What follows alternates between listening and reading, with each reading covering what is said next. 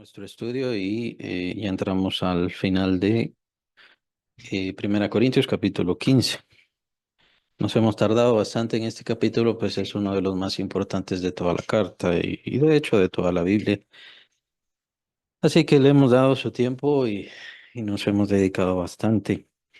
Nos quedamos en los versículos, en el versículo 53 específicamente, solo por recordar, lo vamos a leer a partir del 52 en un momento, en un abrir y cerrar de ojos, a la final trompeta, porque se tocará la trompeta, y los muertos serán resucitados incorruptibles y nosotros seremos transformados, porque es necesario que esto corruptible se viste de incorrupción y esto mortal se vista de inmortalidad. Y entonces nos quedamos viendo, perdón, las ciertas características acerca de nuestra resurrección y cómo será nuestro cuerpo o nuestra glorificación, muy contraria a lo que hoy es. Eh, no habrá enfermedad, no habrá dolor, no habrá cansancio, no habrá tristeza, pero más que eso, habrá gloria, inmortalidad. Nunca veremos la muerte de nuevo. Y de hecho de eso trata ya el final del capítulo, que es versículo 54, donde el apóstol Pablo nos escribe. Y cuando esto corruptible sea vestido de incorrupción y esto mortal sea vestido de inmortalidad, entonces se cumplirá la palabra que está escrita: sorbida es la muerte en victoria. ¿Dónde está, oh muerte, tu aguijón? ¿Dónde, oh sepulcro, tu victoria? Ya que el aguijón de la muerte es el pecado y el poder del pecado, la ley. Mas gracias sean dadas a Dios, que nos da la victoria por medio de nuestro Señor Jesucristo. Y esto, para empezar, es como el añadido o la conclusión de lo que decía en el mismo capítulo, solo que en el versículo 26 ya lo vimos, solo que no vimos con esta parte, pues obviamente había que terminarlo, había que verlo al terminar el capítulo, donde dice versículo 26: y el postrer enemigo que será destruido es la muerte. Entonces, ¿cómo será destruida la muerte? Pues precisamente con nuestra resurrección. Ahí se completará todo el plan de Dios y todo el propósito que Dios tiene para nosotros. Entonces, vamos a ver de qué se trataba ese versículo 26, y es que era un proceso. Era el proceso en donde el Señor Jesucristo vendría. En su venida, por supuesto, es el auge de nuestra resurrección. El Señor entonces, al manifestarse, entonces viene nuestra resurrección. Y esto lo menciona el apóstol Pablo en el capítulo 3 de Colosenses, en donde menciona: cuando Cristo vuestra vida se manifieste, entonces vosotros os manifestaréis juntamente con Él en gloria. Entonces, nuestra vida, dice el apóstol Pablo en ese capítulo, está escondida con Cristo en Dios. Cuando Él se manifiesta, entonces se manifestará nuestra verdadera vida, nosotros como creyentes en Cristo Jesús, ¿verdad? Entonces, eso es lo que pasará en el tiempo de la resurrección. Y es precisamente el proceso del cual habla este versículo 26. Solamente hay unos versículos, vamos a recordarlos. Em, a partir del versículo 23: pero cada uno a su debido orden: Cristo, las primicias, luego los que son de Cristo en su venida, luego el fin, cuando entregue el reino al Dios y Padre, cuando haya suprimido todo dominio, toda autoridad y toda potencia. Recordemos que el apóstol está hablando del tiempo de nuestra resurrección, pues habían algunos corintios que pensaban que ya se había dado la resurrección, otros pensaban que ya no se daría la resurrección, incluso había quienes estaban bautizando por los muertos. Entonces, había una confusión constante entre todos ellos. Y por eso es que el apóstol Pablo habla del orden de la resurrección, pero al hablar del orden de la resurrección está hablando, de hecho, en forma escatológica, pues obviamente, o apocalíptica, si quieren llamarle así. Está hablando del final de los tiempos, cuando el Señor Jesucristo venga y cuando establezca su reino. Cuando establezca su reino es el mismo momento cuando viene a darse nuestra resurrección. Por eso habla del orden de la resurrección. Cristo las primicias, luego los que son de Cristo en su venida, luego al fin cuando entregue el reino al Dios y Padre, cuando haya suprimido. Esa parte es muy importante. Suprimido todo dominio, toda autoridad y toda potencia. ¿Por qué es importante eso? Porque el postrer enemigo, como dice versículo 26, el postrer enemigo que será sometido es la muerte. Versículo 25: porque preciso es que él reine hasta que haya puesto a todos sus enemigos debajo de sus pies. Lo repite. Y de hecho nos lleva al Salmo 110. Ahí lo pueden leer ustedes con su concordancia, Salmo 111. Y el postrer enemigo, que es el versículo al cual nos compete ahora, enemigo que será destruido es la muerte. Entonces, la venida del Señor Jesucristo viene a someter y a destruir a todos sus enemigos.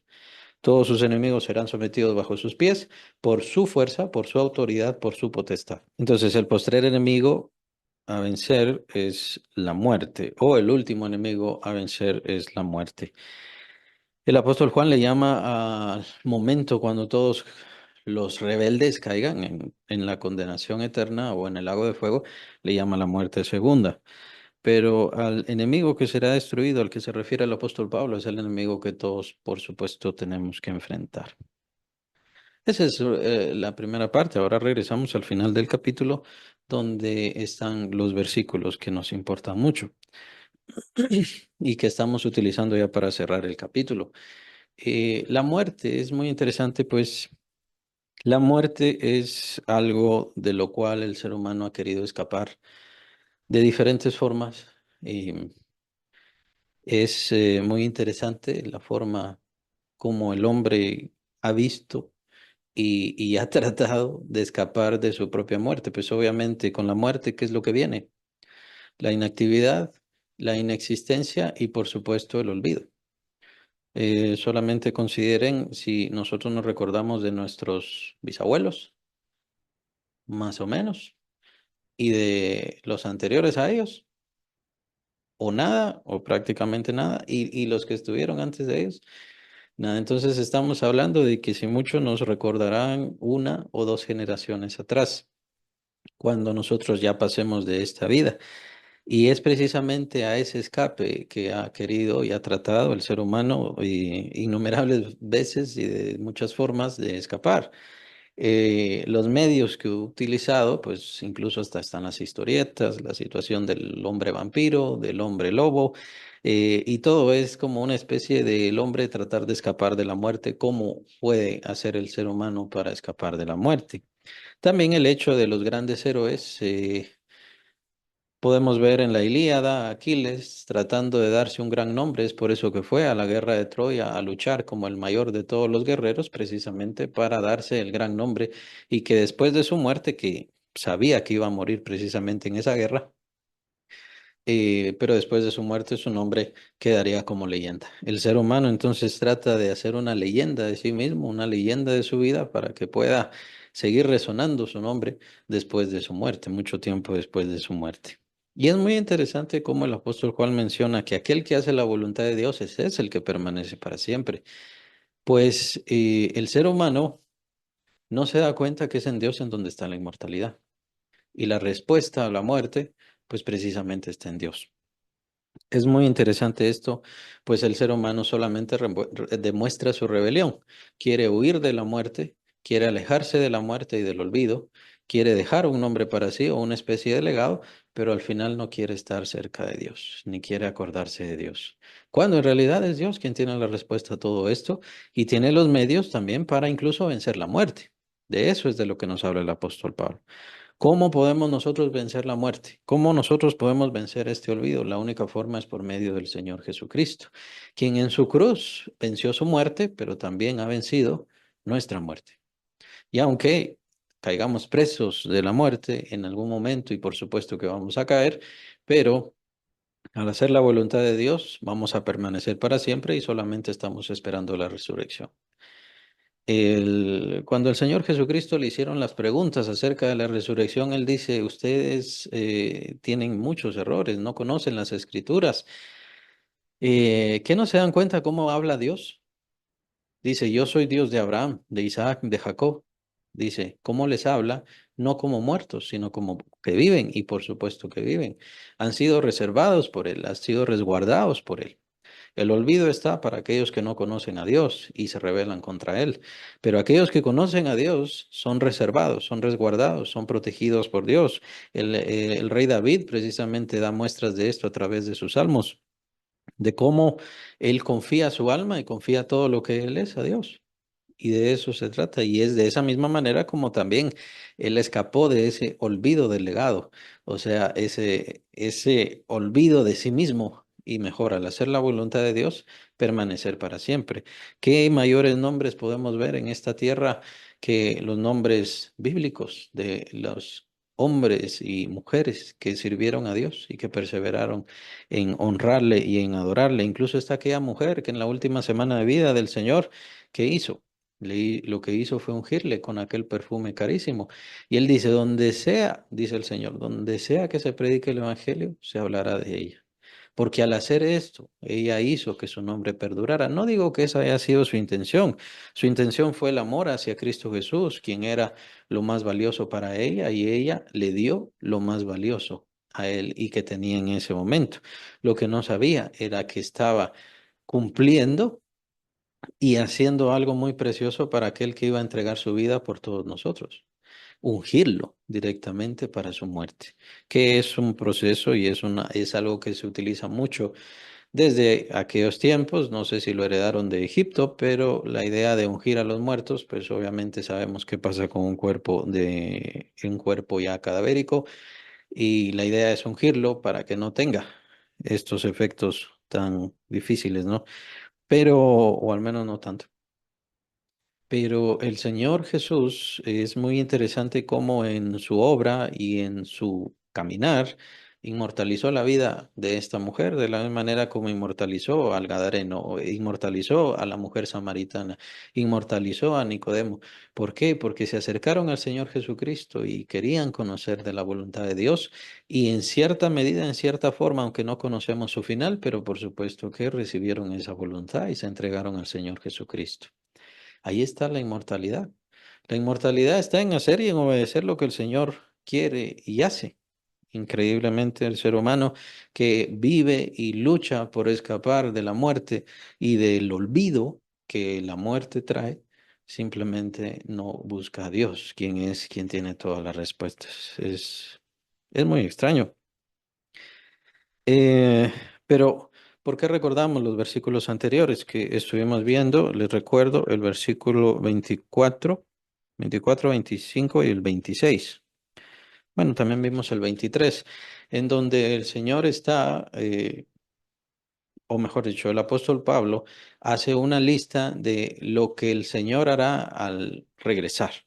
Y al regresar, lo que él hará es someter a todos sus enemigos debajo de sus pies, todo poder, todo señorío, y el postrer enemigo es la muerte, todos sus enemigos. Es muy interesante esto, ya que, por ejemplo, existen muchos ateos que toman el por qué Dios permite o cómo es posible que exista un Dios y que permita la enfermedad. Entonces es imposible que exista Dios y que exista la enfermedad. ¿Cómo es posible que exista un Dios y deje en paz a los violadores, a los asesinos, a los mutiladores y a todas las personas? ¿Cómo es posible que exista un Dios? Bueno, y entonces viene la respuesta precisamente de Dios, en donde si Dios quiere eliminar, y por supuesto que quiere eliminar todos los males de este mundo, pues literalmente, y lo más fácil es eliminar a todos los seres humanos sobre la tierra. Porque qué fácil sería, ¿no? Y qué soberbia de estas personas el juzgar. Bueno, es que el problema de este mundo son los violadores, el problema de este mundo son los asesinos, el problema de este mundo es nada más el cáncer, que por cierto viene por problemas genéticos. Entonces, si viene por problemas genéticos el cáncer, podríamos eliminar a todos los que tienen cáncer y con eso ayudamos a que no haya tanto cáncer. Por supuesto que no va a servir. Son cosas que tienen que ver con Dios. Pero hablando de esto, podríamos decir, bueno, Dios conoce todas las cosas y sabe que ese niño que está ahí siendo niño y que está jugando en ese momento, cuando llegue a ser grande va a ser un asesino en serie. ¿Y entonces por qué no lo ejecuta? Para purgar el mal sobre la tierra. Entonces, al decir que cómo es posible que exista un Dios y que este Dios permita el mal, entonces, bueno, si le ponemos esta pregunta a Dios, Dios nos contestaría, bueno, lo que pasa es que si yo voy a quitar el mal de la tierra en este instante, los tengo que quitar a todos ustedes. Los tengo que eliminar a todos ustedes. Y es una forma fácil y es una forma sencilla e instantáneamente todos ustedes están en el infierno y están en condenación. ¿Por qué? Porque son una creación descompuesta. Eso habría sido lo más fácil y por supuesto es lo que habría pasado si el Señor Jesucristo no viene. Pero al venir el Señor Jesucristo, entonces Dios toma el camino, la ruta más difícil y más larga y más cansada, más complicada. Dios entonces empieza a llamar a la conciencia de las personas. Dios se revela al ser humano a través de Cristo Jesús. Dios le muestra el amor al ser humano y aún así lo que recibe Dios nada más son críticas. Y en Cristo Jesús está la respuesta de la muerte, y no solamente de la muerte, sino del pecado, de la enfermedad, de la miseria, del dolor, de todas las luchas que existen en este mundo y sobre esta vida que nosotros tenemos que padecer. Aún así, ¿qué hace el ser humano? No, no necesito eso. No necesito la justicia de Dios, no necesito la salvación de Dios, no necesito estar con Dios, o sea, no necesito a Dios, no lo quiero en mi vida. Eso es lo que dice el ser humano, en realidad, y es por eso que es rebelde. El ser humano entonces rechaza al Señor Jesucristo y simplemente con ese acto, con ese evento, ya ha sido condenado. Estas son palabras del Señor Jesús. Ya han sido condenados. Son enemigos de Dios. Entonces, ¿qué tiene que hacer Dios? Es lo que vimos en los versículos anteriores, ya lo vimos antes y ahora lo estamos uniendo con esto. Dios tiene que destruir a todos sus enemigos. Dios tiene que someter a todos sus enemigos y a todos los que están en contra de Él. Esas personas que hablan en contra del cáncer, en contra de las enfermedades, en contra de los males del mundo, por supuesto que vendrá el Señor. Y por supuesto que el Señor vendrá a someter todas estas cosas debajo de sus pies. Pero eso significa que a esas personas rebeldes también las va a someter. Eso significa que a esas personas también les dará justicia. Y también las pondrá en el mismo lugar, muy seguramente, en donde están los violadores, en donde están los asesinos, en donde están los malhechores, que tanto señala y que le dan valía a su argumento de que Dios no existe. Por ejemplo, ¿por qué? Porque ha rechazado a Dios. Porque ha rechazado la respuesta de Dios, porque ha rechazado la verdad de Dios y se ha constituido en enemigo de Dios. Y eso es lo que tenemos que entender, que este mundo es enemigo, es enemigo, perdón, de Dios. El mundo entero está rechazando a Dios constantemente, insultando a Dios constantemente, haciendo lo que Dios desaprueba y lo que Dios aprueba, se burla, lo odia, lo detesta, lo denigra o simplemente no quiere oír. Prueba de eso son las ofrendas al Señor. Tantísimos males que se habla sobre eso, y que es un robo, y que es aquí, y que es allá. Lo único que quieren hacer es no dar al Señor. Y no porque el Señor les esté pidiendo, el Señor no le está pidiendo al mundo nada. El Señor al mundo en realidad no le pide dinero, sino que lo que le pide al mundo es el corazón. Y a su pueblo también lo que le pide es el corazón. Que crean en Él, que confíen en Él. Es eso lo que les está pidiendo. Pero como seres humanos malvados, pues obviamente se tergiversa todo. Se tergiversa todo sentido, se tergiversa todo propósito. Y es precisamente lo que vamos a ver. Lo que vamos a ver en el final de los tiempos es cómo los seres humanos van a estar en contra de Dios más y más claramente. Cuando se manifiesta el Señor, los ejércitos del mundo se pondrán en pie de guerra contra Él. ¿Por qué? Porque Él viene a someterlos. Él no viene con cariño, Él no viene con abrazos, Él viene a someterlos, de tal manera que la imagen que se da en Apocalipsis es tremenda, terrible. Dice que sus ropas estaban ensangrentadas completamente. Es la imagen que aparece en Apocalipsis cuando el Señor Jesucristo venga y cuando dé el pago precisamente a sus enemigos. Sus ropas se teñirán en la sangre de sus enemigos. Eh, el ser humano ve una cosa, pero Dios hace otra y tiene otro sentido y muestra su sentido. ¿Cuál es su sentido? Su sentido es que Dios está sometiendo a todos sus enemigos precisamente para que los males que afectaron al mundo y que acosaron al mundo ya no regresen nunca más. La pérdida de la vida, es decir, la muerte, o la muerte prematura, es decir, el acortamiento de la vida. Nosotros a duras penas tal vez llegamos a los 100 años y muy pocas personas llegarían a eso. Y al llegar a eso sería muy difícil. Dios no quiere eso, Dios nos quiere dar inmortalidad. Pero para eso tiene que sacar el mal. Tiene que quitar el pecado, que tiene que quitar la enfermedad del pecado. Tiene que destruirlo todo. La forma de hacer eso es sometiendo a todos sus enemigos debajo de sus pies. Y eso incluye todo. Incluye poderes, potencias, señoríos, principados y cualquiera que se levante en contra de Dios y en contra de lo que Él ha establecido. El ser humano verá lo contrario. El ser humano verá a un Dios vengativo, a un Dios maligno, a un Dios malvado, a un Dios que acosa al ser humano, cuando lo que Dios quiere es el arrepentimiento del ser humano. Vemos lo mismo en la historia de Israel, en el Israel antiguo, cuando estaban los profetas, y especialmente en este caso habría que señalar a Jeremías, cuando le llamaba la atención, hey, ya, no peleen. Dense por vencidos. Ya el Señor ya entregó al pueblo. Ustedes no se arrepintieron. Pero era bueno y era menester hacer eso. ¿Por qué? Porque en el camino que Israel iba, solamente se volvería un pueblo cualquiera del mundo, por un lado. Por otro lado, pues obviamente no vendría el Señor Jesucristo, no podría venir el Señor Jesucristo y no tendríamos la salvación todos nosotros. Esta justicia que Dios quería traer al mundo no se daría, no se llevaría a cabo. Simplemente con eso nos damos cuenta de la necesidad que Dios tenía de purgar el mal en su pueblo Israel. Y como no se arrepentían, les hablaban los profetas, no se arrepentían, no querían entender, no querían obedecer a Dios, pues entonces vayan al cautiverio, vayan al castigo. Ahora se van a dar cuenta. Y por medio de esto el Señor entonces extrajo o les extirpó la idolatría que tenían. Aún así, ahora, incluso ahora, permanecen con esa idolatría hacia la ley, pero eso es otra cosa. Pero el Señor les quitó la idolatría y mantuvo al pueblo para que viniera el Mesías y entonces tuviésemos acceso a la salvación. Entonces, cuando Dios permite un mal o incluso cuando Dios envía un juicio, es para bien, es algo bueno. Dios quiere extraer algo bueno, Dios quiere formar algo bueno. Por supuesto que el castigo y la disciplina al principio o en apariencia, escribe el autor de Hebreos, eso lo pueden ver en el capítulo 12 de Hebreos, que nos lastima, la disciplina nos molesta, nos hace daño.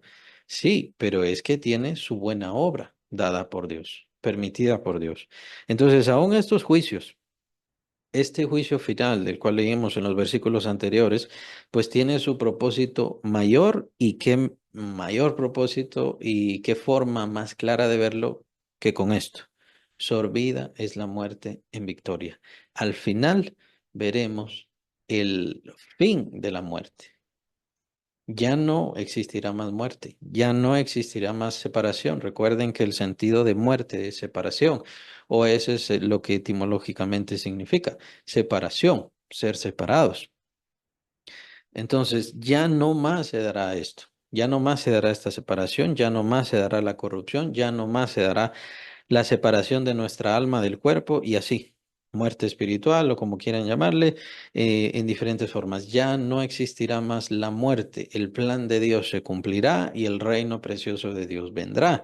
Lo que pasa es que sí se verán cosas difíciles, terribles y juicios extremos. ¿Por qué? Porque el Señor estará sometiendo todo poder, todo señorío, toda autoridad y todo aquello que se levanta en contra de él. Tiene que someterlo. Tiene que someterlo para dar lugar a su reino. Tiene que someterlo para que todo lo bueno, la vida y lo perfecto venga. E incluso también el encierro de los rebeldes. También tienen que darse.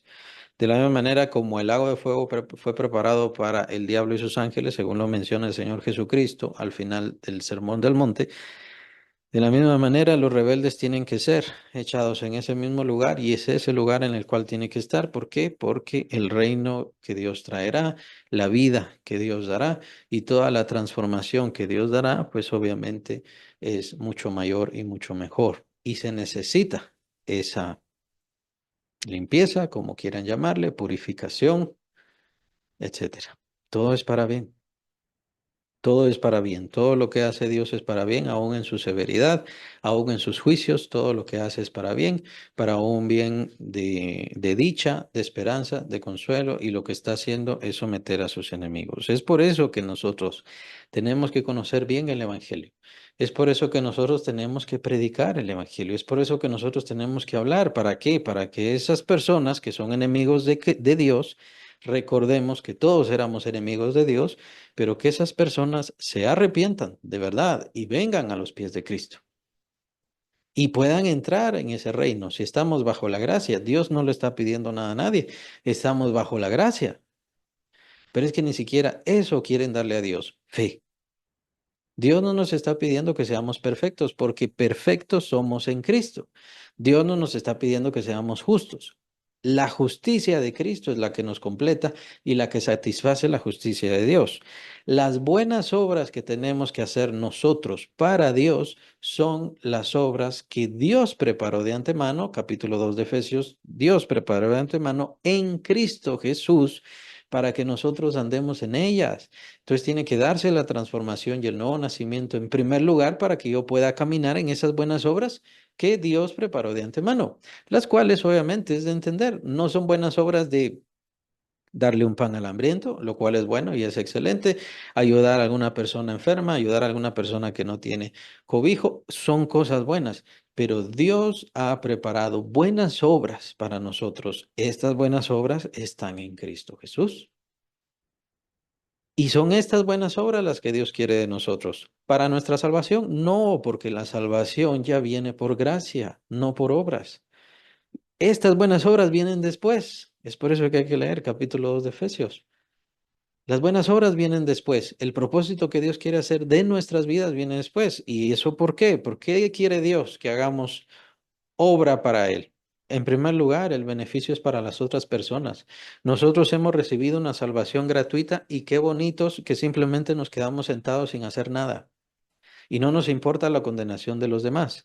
Con esto no quiero decir que ofusquen a los demás, que presionen a los demás con respecto a la salvación. El Señor lo único que quiere es que les compartamos el Evangelio a las demás personas. Eso es todo lo que quiere y Él va a hacer la obra. Por eso. Son obras preparadas por Dios en Cristo Jesús para que andemos por ellas. El darle un pan a una persona es algo bueno y es algo excelente, pero ¿y qué mejor que llevar a esa persona hacia la eternidad? ¿Se puede comparar? ¿Hay algo mayor? Por supuesto que es muchísimo mayor que esa persona obtenga la eternidad. Ahora, no me malentiendan, los medios sociales y las acciones sociales son muy buenas y abren puertas, ¿sí? Y ese es el propósito. Pero nuestro trabajo y la misión que se nos ha encomendado es el ministerio de la reconciliación. Si yo he recibido la salvación gratuita, entonces mi obligación y mi responsabilidad es compartir la reconciliación que yo he recibido, de la cual yo me he beneficiado y que yo tengo, por la cual tengo vida eterna y estoy bajo la gracia de Dios. Y no tengo que hacer ninguna obra para comprar el favor de Dios. No tengo que hacer ninguna imposición para que Dios me sane, me salve, sino simplemente entregarle mi corazón y que tengamos una relación restablecida, genuina, correcta, buena y plena. No una relación de ídolo. Te doy y tú me das, te doy y tú me das. O como se da en la idolatría o incluso en el satanismo.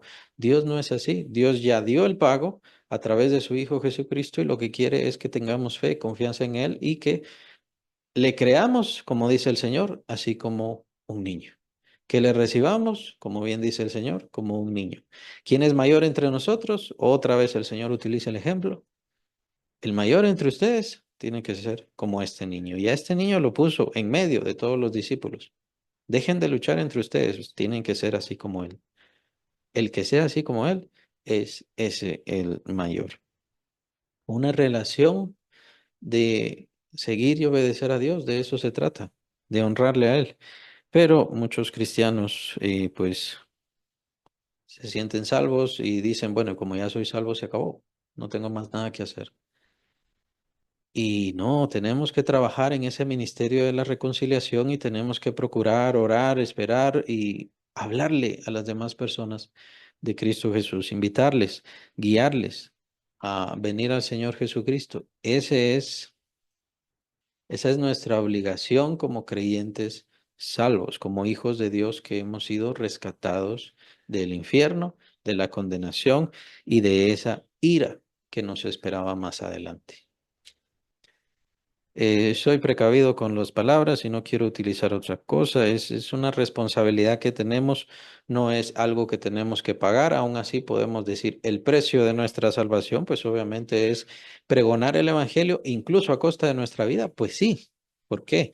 Porque nuestra vida no se compara con la vida eterna que hemos recibido gratuitamente por parte del Señor. Y así les pasó a muchos. Muchos tuvieron que entregar su vida física y lo entregaron contentos, la entregaron contentos, se dejaron matar y destruir de forma contentos. ¿Por qué? Porque ya tenían la vida eterna y la vida eterna no la habían comprado, la vida eterna no la estaban ganando, la vida eterna ya estaba dentro de ellos, la habían recibido por la fe y tenían toda la seguridad por parte de Dios de que habían recibido eso. Por otro lado, este beneficio de la destrucción de la muerte tiene que hacernos entender que todos estos males que estamos viviendo son temporales, son pequeños, son simples, ya han sido destruidos, ya han sido vencidos por nuestro Señor Jesucristo y por supuesto el mayor de nuestros enemigos, que es la muerte, también será absolutamente destruido. Puede ser que por un momento, puede ser que por un tiempo nosotros vamos a gustar la muerte, sí, y por un tiempo vamos a tener esa separación, pero va a regresar mi ser, mi yo, va a regresar a mi cuerpo y este cuerpo será levantado, será glorificado y tendrá la gloria, la semejanza de la gloria del cuerpo de Cristo, como menciona el apóstol Pablo en Filipenses. Ya lo he comentado y ya lo hemos visto también en este capítulo, ese gran evento de la transformación. No todos dormiremos, pero todos seremos transformados en un abrir y cerrar de ojos a la final trompeta, porque se tocará la trompeta. Los muertos en Cristo resucitarán primero y luego nosotros seremos transformados. Bien, ese es, debe alentarnos, debe darnos fortaleza. Al mismo tiempo, como hemos visto, bueno, la muerte es necesaria para que venga la resurrección, es el orden necesario en las cosas. Hemos visto que la muerte también es un sembrar. Nuestro cuerpo es esa semilla que Dios nos ha dado precisamente para hacer esa siembra final y después ya nos queda esperar el fruto que sería nuestra resurrección gloriosa. Pero ahora estamos viendo algo más y estamos viendo que la muerte ya ha sido vencida por el Señor Jesucristo en la cruz. Yo soy la resurrección y la vida. Qué gran evento ese, ¿no? La resurrección de Lázaro. Y es en el evento de la resurrección de Lázaro donde dice, yo soy la resurrección y la vida. El que en mí cree, aunque esté muerto, vivirá. Esto se lo dice a Marta, ¿no? Porque Marta le estaba diciendo, sí, yo sé que va a resucitar, pero va a resucitar después. Pero qué gran evento y qué gran transformación. No, Marta, yo soy la resurrección. Soy yo el que trae la resurrección, soy yo el dueño de la resurrección, soy yo el que he vencido la muerte.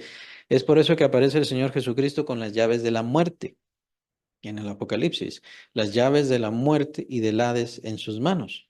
Él es el dueño de la muerte, Él ha conquistado la muerte, Él ha vencido la muerte y por supuesto es el único medio que existe para que nosotros todos venzamos la muerte a través de esa resurrección que estamos esperando. Como mencionaba, perdón, los seres humanos están esperando o mejor dicho, están buscando ese medio de acabar con la muerte. Incluso esa famosa novela de Frankenstein, ¿no? Es precisamente con respecto a eso, un doctor, un científico que quería vencer la muerte y encontrar la respuesta para la muerte. Y entonces da toda su novela que es famosísima.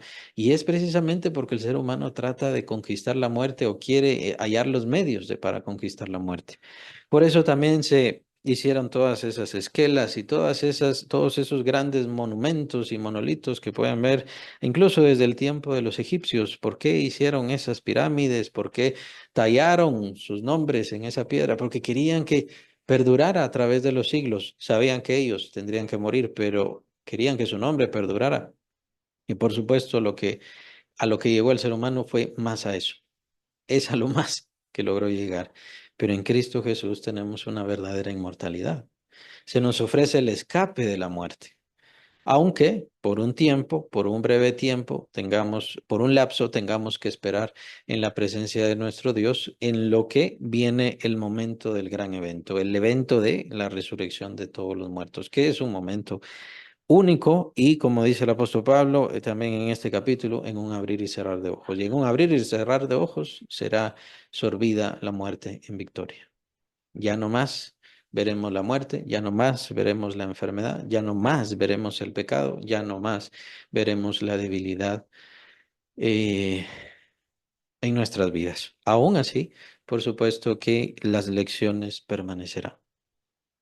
Nosotros todos hemos vivido con el cansancio, la necesidad de dormir todos los días de nuestra vida, la necesidad de comer todos los días de nuestra vida. ¿Alguien ha aguantado, ha tolerado 5 días sin comer, 10 días sin comer? Es espantoso. En los tiempos de lo que mencionaba antes de la destrucción de Jerusalén y de la llevada de todos los israelitas a Babilonia en esos tiempos del asedio, antes se daba mucho eso, los ejércitos asediaban la ciudad, o sea, la rodeaban, no dejaban a nadie salir y a nadie entrar. No había comida, no había agua, no había nada. Entonces se menciona cómo en esos tiempos, precisamente del asedio de Jerusalén, incluso llegaron a comerse entre ellos, practicar el canibalismo, por no decir que lo hicieron con los más pequeños, en realidad. Pero no quiero que tengan esa figura, por eso no lo digo tan explícitamente, pero llegaron a eso. El hambre es algo terrible y el hambre es algo que hemos conocido toda nuestra vida, todos los días de nuestra vida. ¿Cómo será ya no tener eso? ¿Cómo será ya no tener cansancio? ¿Cómo será?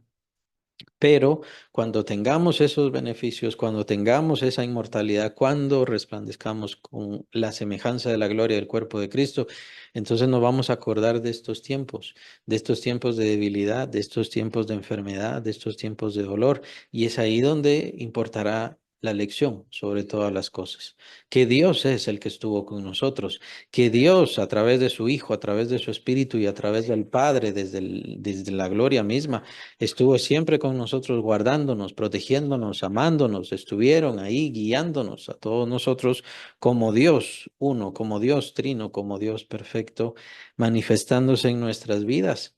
Y por supuesto, los ángeles no lo hicieron, y si lo hicieron por orden de Dios, y es eso lo que dará peso a nuestra relación precisamente con Dios.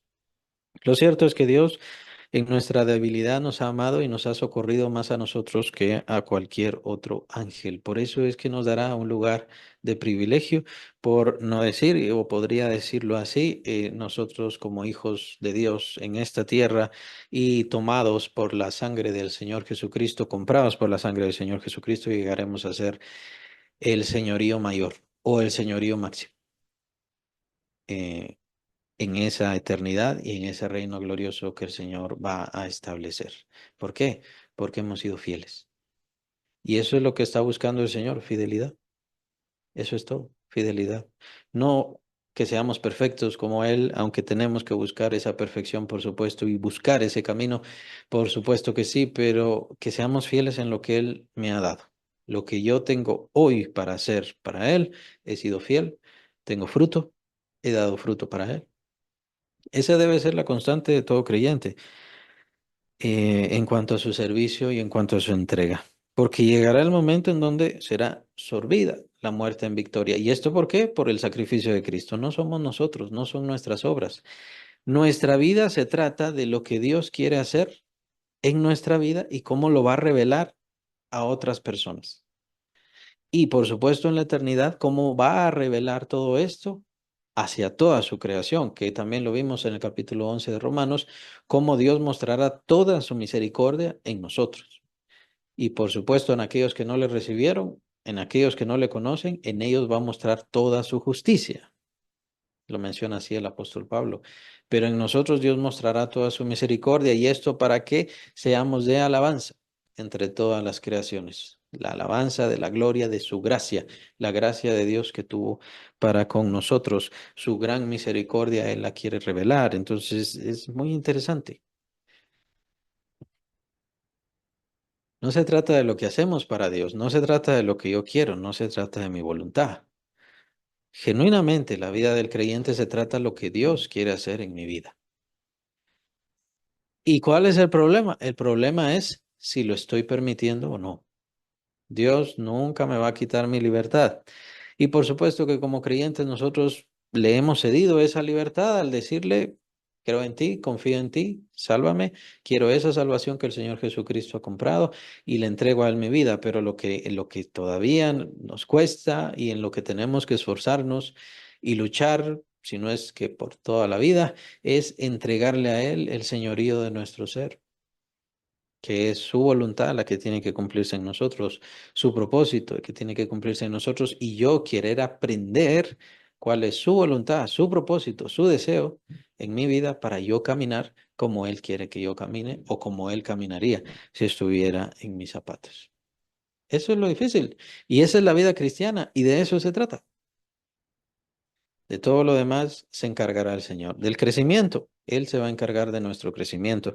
De nuestra prosperidad, Él se va a encargar de nuestra prosperidad. De nuestras capacidades y las capacidades de nuestras familias, Él se va a encargar de todo eso. Él se va a encargar de todo. Y Él va a abrir puertas en el mundo. En el mundo, Él nos dará gracia. Él pondrá gracia en nosotros para con los hombres, de la misma manera como se menciona acerca de nuestro Señor que crecía en gracia para con Dios y con los hombres. Es Dios quien pone gracia. Es Dios quien pone esos brazos abiertos que nosotros vemos a veces en el mundo, precisamente para que tengamos este trabajo, tengamos esta bendición, tengamos esta prosperidad. Es Él quien lo pone. Lo que Él quiere de nosotros es, si le permitimos, que Él manifieste en nosotros todo su poder o no mucho. ¿Qué tanto le dejamos que Él haga en nuestras vidas? Y es precisamente lo que pasará en la eternidad. Lo que pasará en la eternidad es que Dios nos pondrá a muestra o a vista de todos para que todos vean la gracia de Dios que tuvo con nosotros, que de ser enemigos, que de ser perdidos, que de ser condenados o estar muertos en nuestros delitos y pecados, que es como empieza capítulo 2 de Efesios, cómo Él nos levanta, nos da misericordia, tuvo gracia de nosotros, nos limpia, nos bendice, nos ilumina y nos llena de tantísimas bendiciones. Es la gracia de Dios. Y es precisamente lo que vamos a publicar. Y es precisamente lo que tendríamos que estar publicando acá. Entonces, lo que tenemos que estar publicando acá es lo que vamos a estar publicando en la eternidad. Obviamente habrán diferencias, como por ejemplo la muerte. Ya no se tratará de liberar a la gente de la muerte y de la condenación, sino se trata de dar testimonio a todas las demás criaturas de la grandeza de Dios, de la misericordia de Dios, del infinito amor de Dios, que tuvo para con nosotros al ponernos en el lugar en que nos pondrá, un lugar que nosotros no merecemos.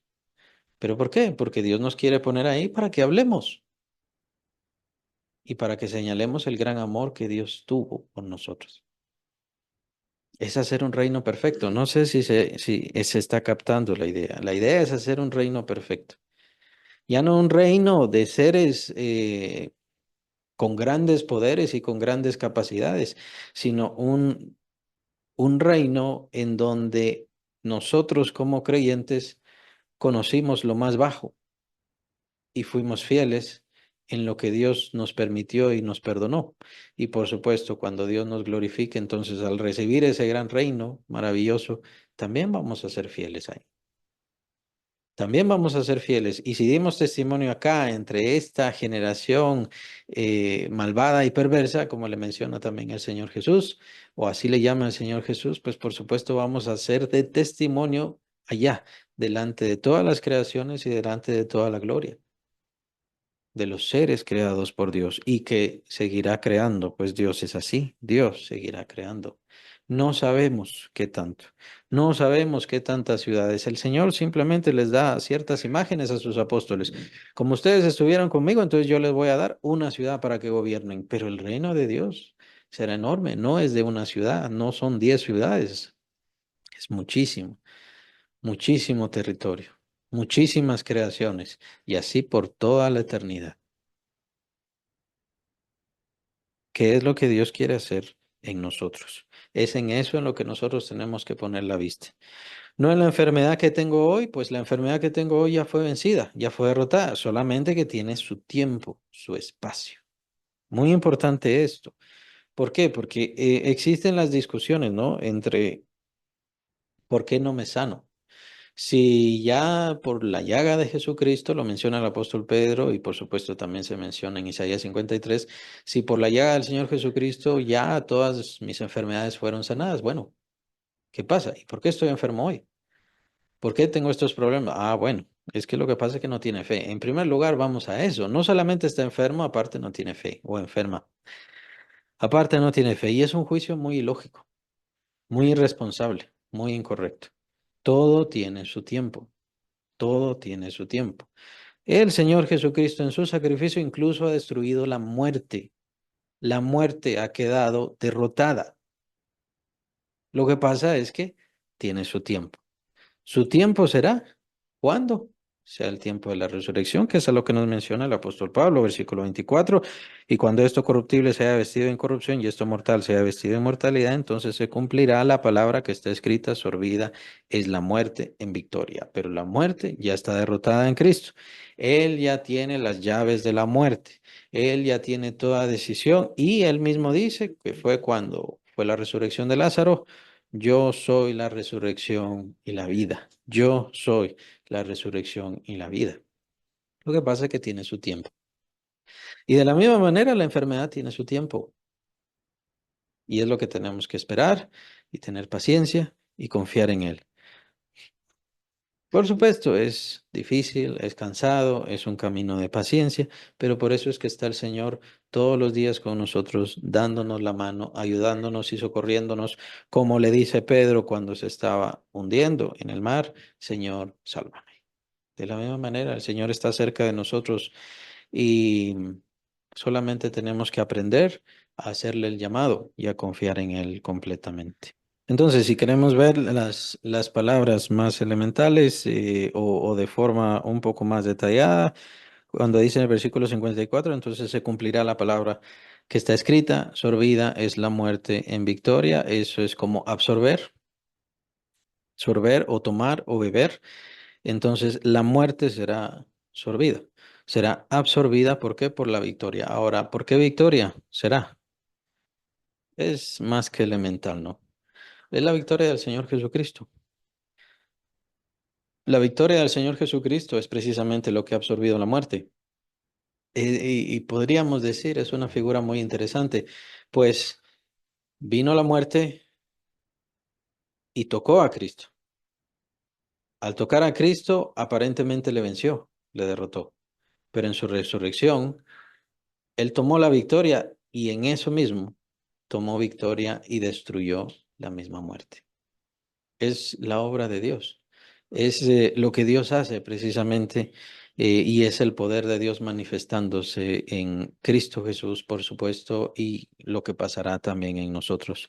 Aunque la muerte nos toque y aunque la muerte nos venza por un poco de tiempo, ya sabemos que la victoria está ahí. La victoria está en Cristo Jesús, quien fue quien derrotó la muerte, solamente a su debido orden. Y si quieren, podemos regresar otra vez la página y ver cómo dice el mismo apóstol Pablo el orden. Versículo 23, pero cada uno en su debido orden.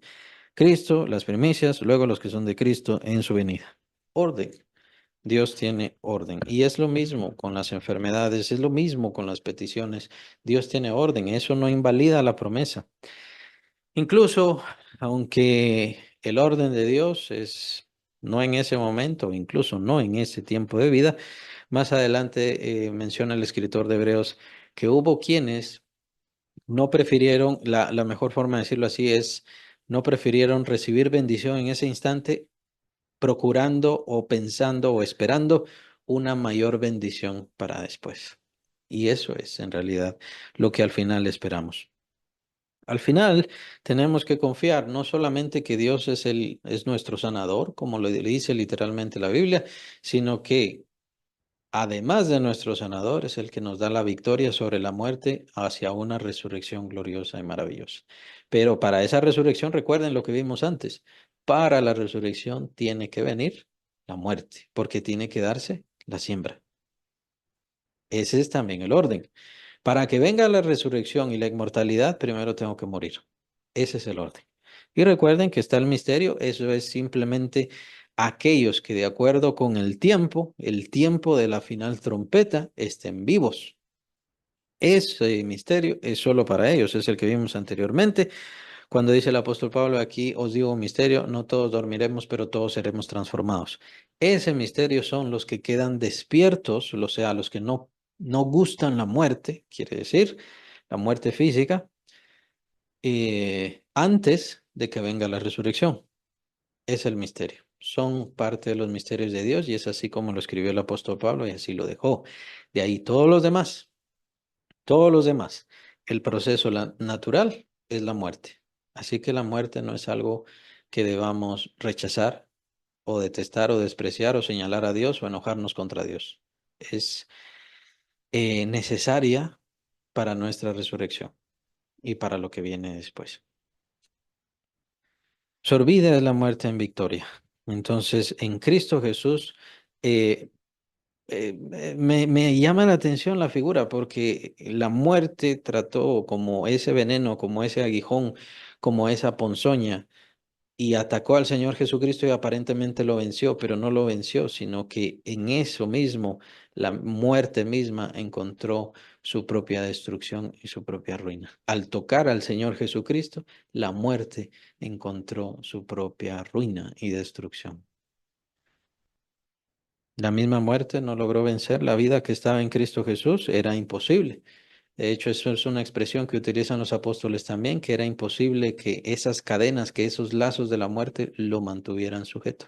Era imposible. Versículo 55. ¿Dónde está, oh muerte, tu aguijón? ¿Dónde, oh sepulcro, tu victoria? Ya que el aguijón de la muerte es el pecado.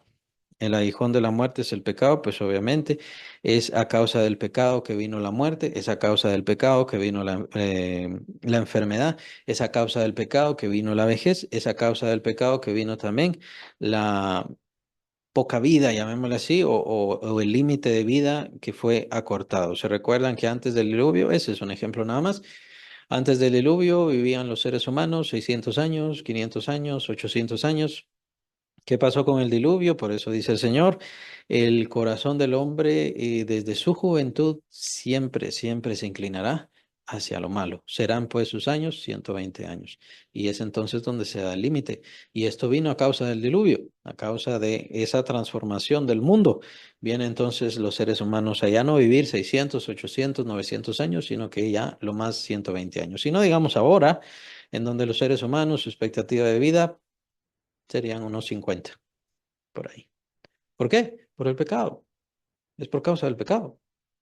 El pecado trae acortar la vida. De hecho, se recuerda en el mandamiento, honra a tu padre y a tu madre para que te vaya bien y seas de largos días, perdón. Entonces, que se alargue tu vida. Si cumples los mandamientos de Dios, se alargará tu vida. ¿Qué diferencia es al no cumplirlos? Al no cumplirlos, entonces viene el acortarse. También lo vimos en el capítulo 11 de esta carta de Primera Corintios, como por no juzgarse y no examinarse, algunos estaban padeciendo enfermedades y otros, dice el apóstol Pablo, ya duermen debido a el pecado. El pecado entonces trae esto. Es el pecado el que trae la muerte y trae todos los demás que tienen como efecto o como fin también la muerte.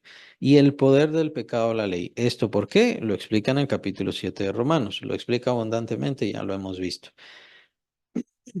Perdón, en donde a causa de la ley el ser humano conoció el pecado.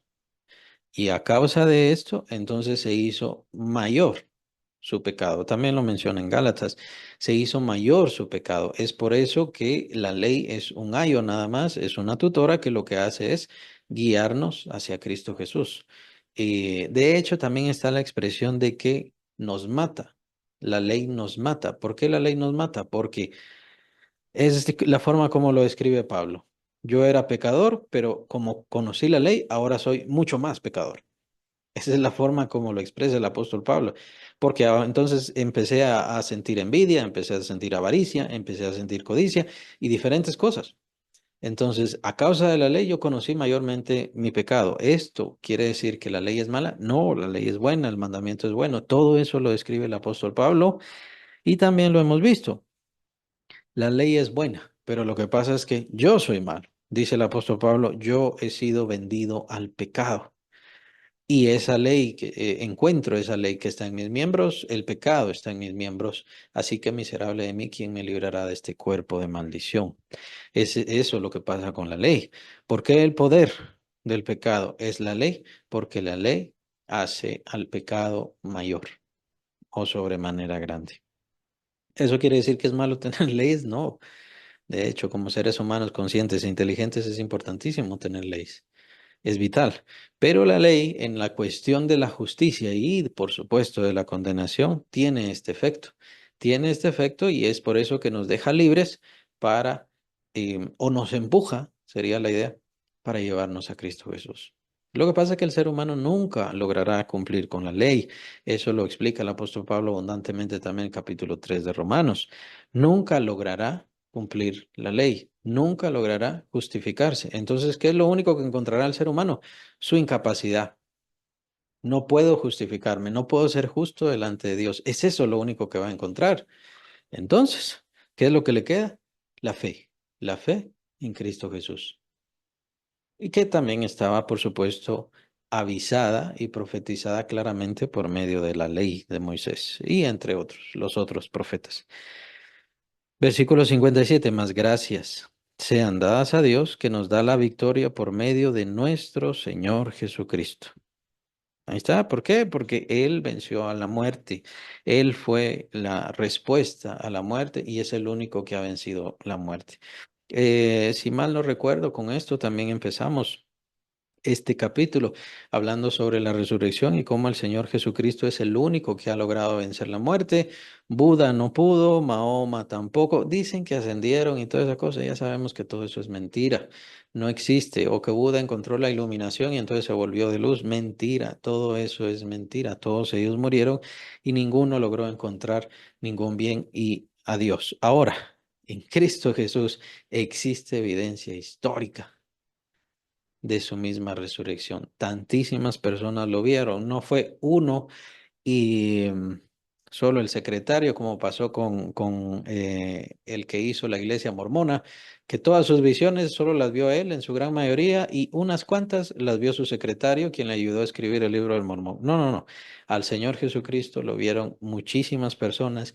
40 días estuvo manifestándose ante todos sus discípulos. 40 días.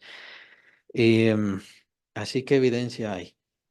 Tenemos la evidencia de los soldados que salieron huyendo, la evidencia de los fariseos que ellos fueron a hablar con Pilato precisamente para que se pusiera esa guardia ahí a proteger la tumba y por supuesto el sello que estaba sobre la tumba, el cual no debía ser roto por nadie. ¿Y quién iba a romperlo? Un grupo de discípulos, unos 12 discípulos, que apenas uno o dos tenían espadas, según lo que sucedió esa noche final en la cual estaba el Señor Jesucristo. Ellos iban a amedrentar a ese grupo de soldados que estaba ahí. Por supuesto que no. Entonces, la evidencia es más que clara. El Señor Jesucristo es el único que ha vencido la muerte y es por eso Él el único que ofrece esa victoria y esa glorificación sobre la muerte y sobre todos nuestros enemigos en realidad. Enfermedad, tristeza, pena, situación de no saber para qué sirve la vida y todo lo demás. Él nos ofrece la respuesta. Él quiere hacer algo de nuestra vida y solamente toca en nosotros el decidir si le estorbamos o no, qué tanto le estorbamos, o si dejamos simplemente que Él tome nuestras vidas y que haga lo que quiera de nosotros. Ciertamente nosotros, y estoy seguro que la gran mayoría de creyentes dice, sí, Señor, toma mi vida. Sí, Señor, haz lo que quieras con mi vida. Lo que pasa es que en las actitudes eso cambia. En lo que siente el alma y lo que se propone el corazón, eso cambia. Lo que hacemos todos los días, eso cambia. Y es precisamente lo que habla el último versículo de este capítulo, versículo 58. Así que, esta es una conclusión, esa parte es muy importante. Así que el apóstol Pablo viene exponiendo todo lo que nos habla en el capítulo 15 y nos da esta conclusión. Lo vimos cuando vimos los deberes cristianos que aparecen en Romanos.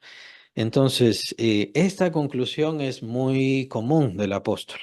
Quiere decir, ya terminé mi exposición, ahora les doy una conclusión y es una conclusión muy breve pero muy importante.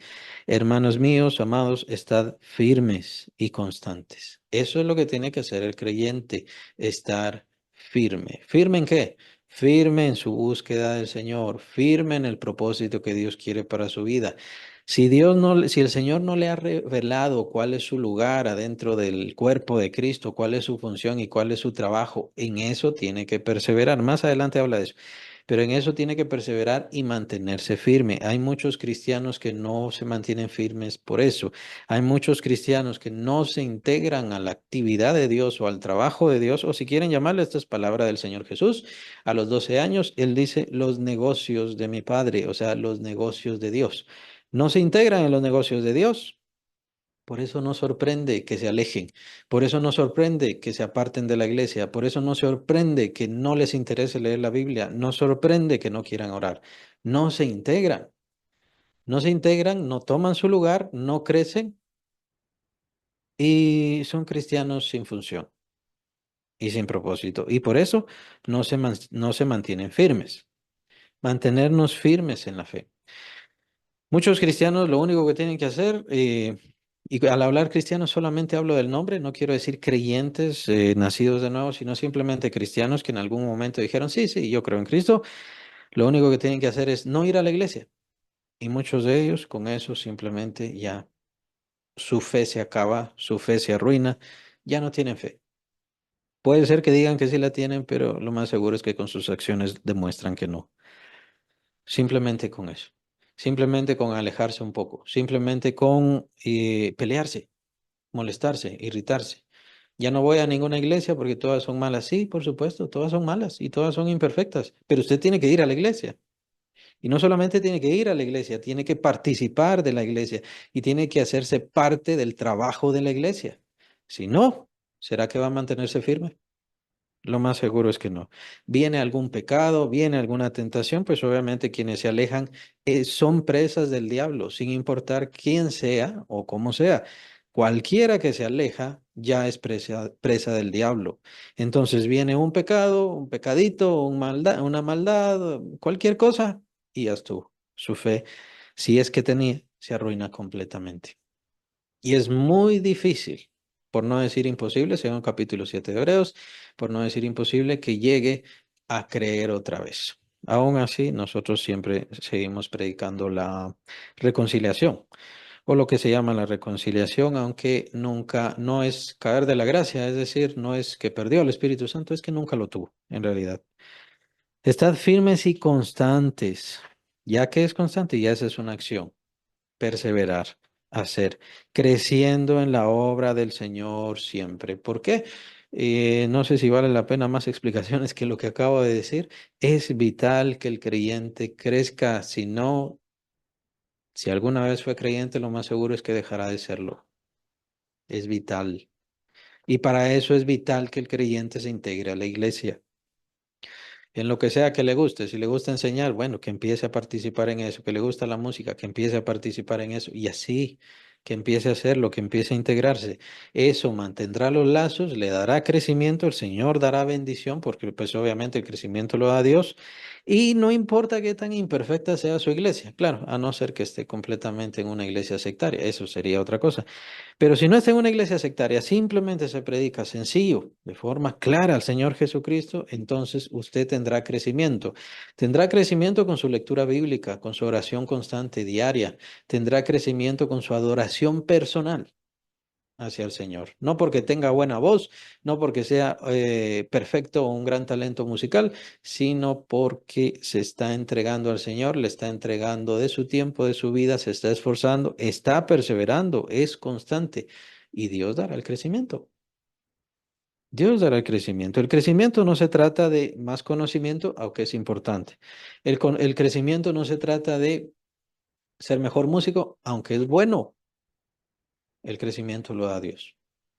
Y Él hace que nuestra fe se fortalezca, que nuestra fe aumente, que no nos apartemos por nada del Señor. Y aunque me toque irme a otra iglesia, pero yo voy a buscar otra iglesia, yo voy a perseverar en esa iglesia y voy a participar y voy a bendecir a los hermanos. La idea es, sin importar en qué lugar esté, voy a servir de bendición a los hermanos de la iglesia de Cristo, pues obviamente es la familia de Dios y todo creyente debe pertenecer, si es verdadero creyente, a la familia de Cristo, lo cual es la iglesia local, pues es la única forma de tener ese contacto.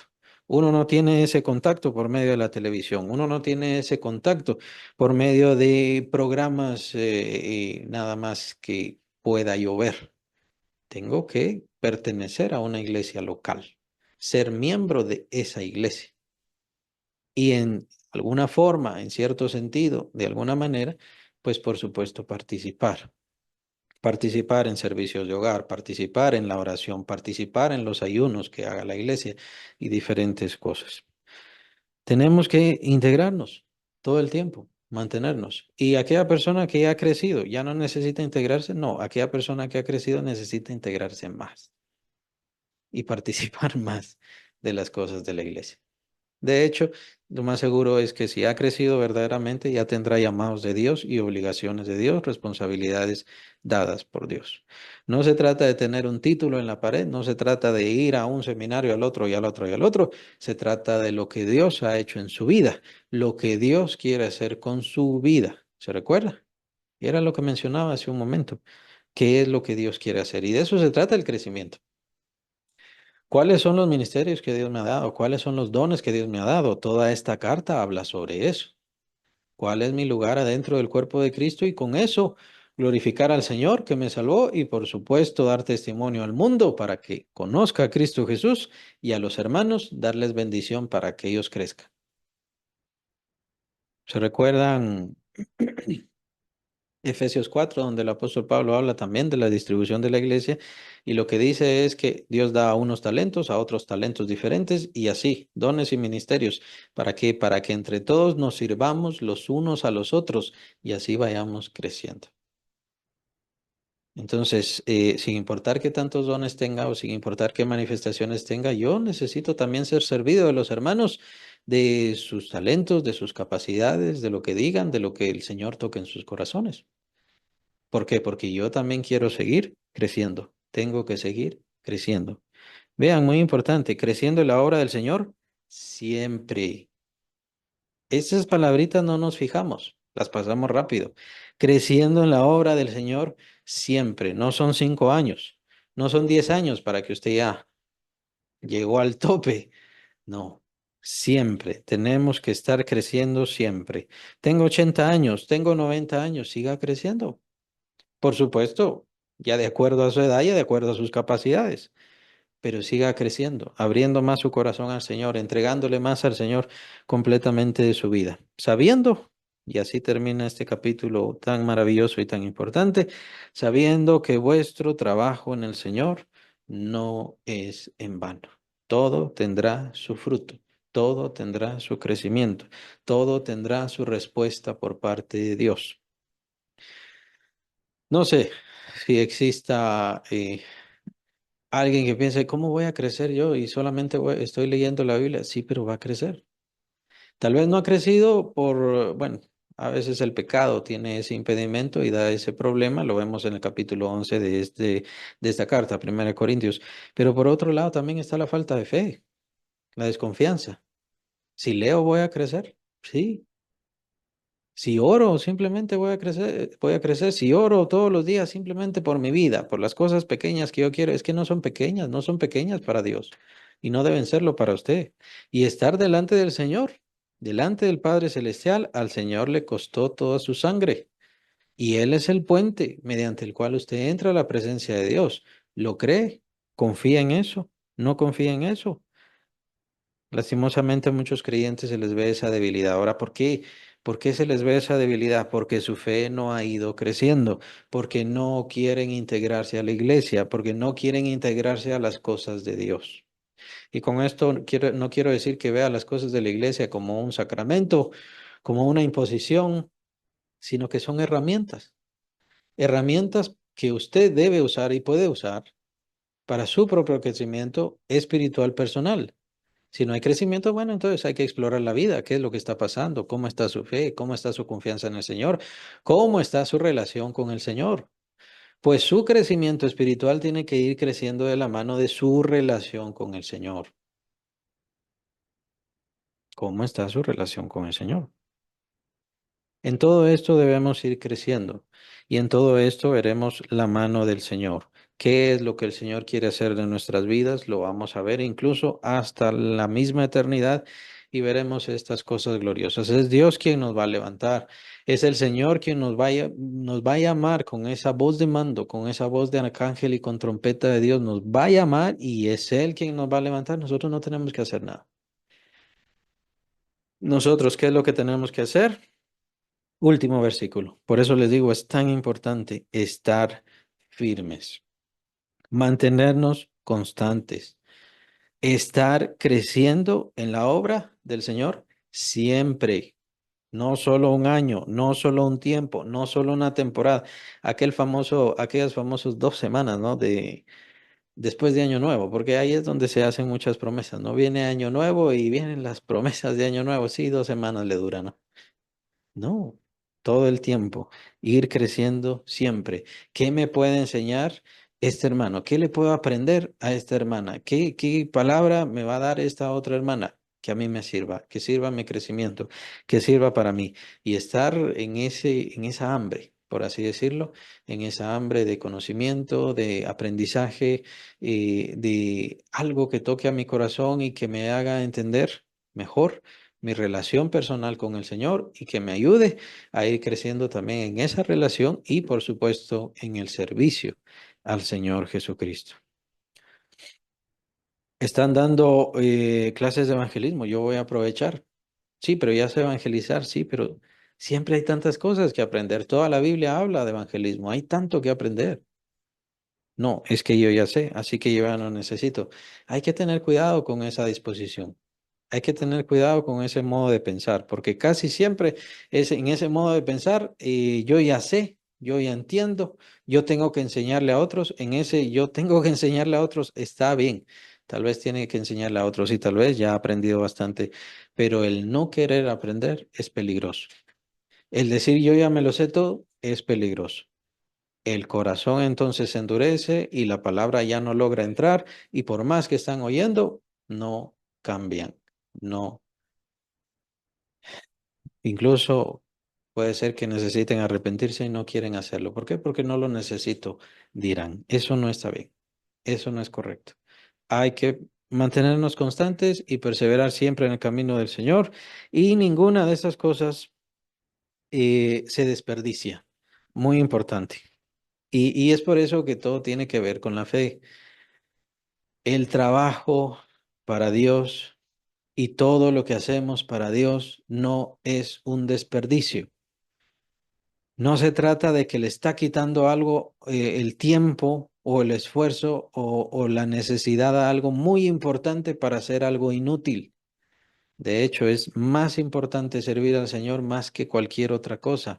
O lo primero debería ser encontrarse con Dios antes de hacer todas las demás cosas. ¿Por qué? Porque este encuentro con Dios y esta búsqueda de Dios hará y dará bendición a todas las demás cosas y le ayudará a cumplir con todo lo demás. Pero es una cuestión de fe. ¿Por qué? Porque hay creyentes que dicen, no, yo no puedo dedicar mi tiempo que es tan importante para mi trabajo o esto o aquello, sea lo que sea, y como quien dice, desperdiciarlo con Dios. Eso es falta de fe. Esas personas no tienen fe y diría yo, están a un paso del pecado, a un paso de la desviación total, están a un paso de corromper, si es que había fe o si quedaba fe, corromper lo poco que les quedaba. Falta de fe. Es lo mismo con la ofrenda. Y es un desperdicio. ¿Voy a perder este dinero? Tal vez usemos mejor esa expresión. Al yo dar este dinero, ¿lo pierdo? ¿O al yo dar este dinero, lo estoy sembrando? Ahí está. Es cuestión de fe. Es cuestión de fe. Incluso al yo hacer esto, no me pasó nada, no sirvió de nada. Sí, lo hizo con fe. Sería la pregunta. Precisamente la pregunta y a lo que estamos atendiendo ahora. Hay quienes dicen, yo traté de buscar a Dios y me esforcé 2 semanas buscando a Dios. ¿Por medio de qué? Por medio de la Biblia leyó. Sí, lo que pasa es que desde el primer día leyó sin fe, sin confianza, sin seguridad, sin certeza, ni siquiera sabe para qué es la Biblia o qué es lo que hace. Y algo tal vez peor, ni siquiera le interesa aprender qué es la Biblia. Solamente tiene el concepto del mundo. ¿Qué es el concepto del diablo? Igual. Es un libro cualquiera, igual que el Corán, igual que todos esos libros supuestamente sagrados. Son sagrados para cada religión, pero por supuesto solamente hay un libro sagrado y esa es la palabra de Dios, la Biblia, el Antiguo Pacto y el Nuevo Pacto. Ese es el libro sagrado, completo y perfecto de Dios.